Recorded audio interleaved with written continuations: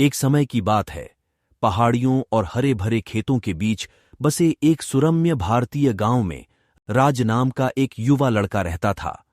वह एक ऊर्जावान और जिज्ञासु बच्चा था जो हमेशा अपने आसपास की दुनिया का पता लगाने के लिए उत्सुक रहता था। भीम नाम का एक वफादार और चंचल कुत्ता था जिसने कभी राज का साथ नहीं छोड़ा। राज और भीम की दोस्ती उनके गांव में मशहूर थी। जिस क्षण राज की नजर धूल भरी सड़क के किनारे दुबले पतले पिल्ले पर पड़ी, उसी क्षण से उनका भाग्य आपस में जुड़ गया था। राज ने उलझे बालों वाले छोटे पिल्ले को उठाया था, उसकी भावपूर्ण आंखों में देख के घोषणा की थी कि तुम भीम हो, मेरे शक्तिशाली मित्र। जैसे जैसे भीम बड़ा हुआ, वैसे वैसे उनके बंधन की ताकत भी बढ़ती गई। वे एक दूसरे के साथ अपने दिन बिताते हुए, गांव और उसके आसपास की खोज करते हुए और जीवन के सुख दुख साझा करते हुए अविभाज्य हो गए। लेकिन एक जगह थी जो राज और भीम के लिए विशेष महत्व रखती थी। गांव के बाहरी इलाके में एक विशाल आम की बाग। एक उज्ज्वल सुबह में जब सूरज उनके चेहरे को चूम रहा था, राज और भीम ने अपने प्यारे बगीचे में एक और साहसिक यात्रा शुरू करने का फैसला किया। वे एक दूसरे के साथ चल रहे थे। बाग प्राकृतिक सौंदर्य का स्वर्ग था, एक ऐसी जगह जहां पके हुए आमों की खुशबू हवा में घनी होती थी, जो भी वहां जाने वाले किसी भी व्यक्ति को लुभाती थी। भीम, मेरे दोस्त, क्या तुम इसे सूंघ सकते हो? आम की मीठी सुगंध हमें बुला रही है। भीम ने खुशी से भौंकते हुए और अपनी पूंछ हिलाते हुए जवाब दिया। उसकी आंखें प्रत्याशा से चमक उठीं। राज ने मजाक में कहा, चलो आज थोड़ी प्रतिस्पर्धा करते हैं भीम। हम देखेंगे कि कौन सबसे ऊंचे आम के पेड़ पर चढ़ सकता है और सबसे रसीला आम तोड़ सकता है। और हंसने लगा। भीम की पूंछ और भी तेजी से हिलने लगी, मानो वह एक एक शब्द समझ गया हो। उनकी चंचल चुनौतियां उनकी मित्रता का प्रमाण थीं।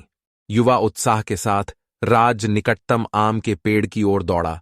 उसके नंगे पैर नरम धरती में ढंसे हुए थे। भीम उसके बगल में बैठा था। उसकी कुत्ते जैसी चपलता राज के उत्साह से बिल्कुल मेल खाती थी।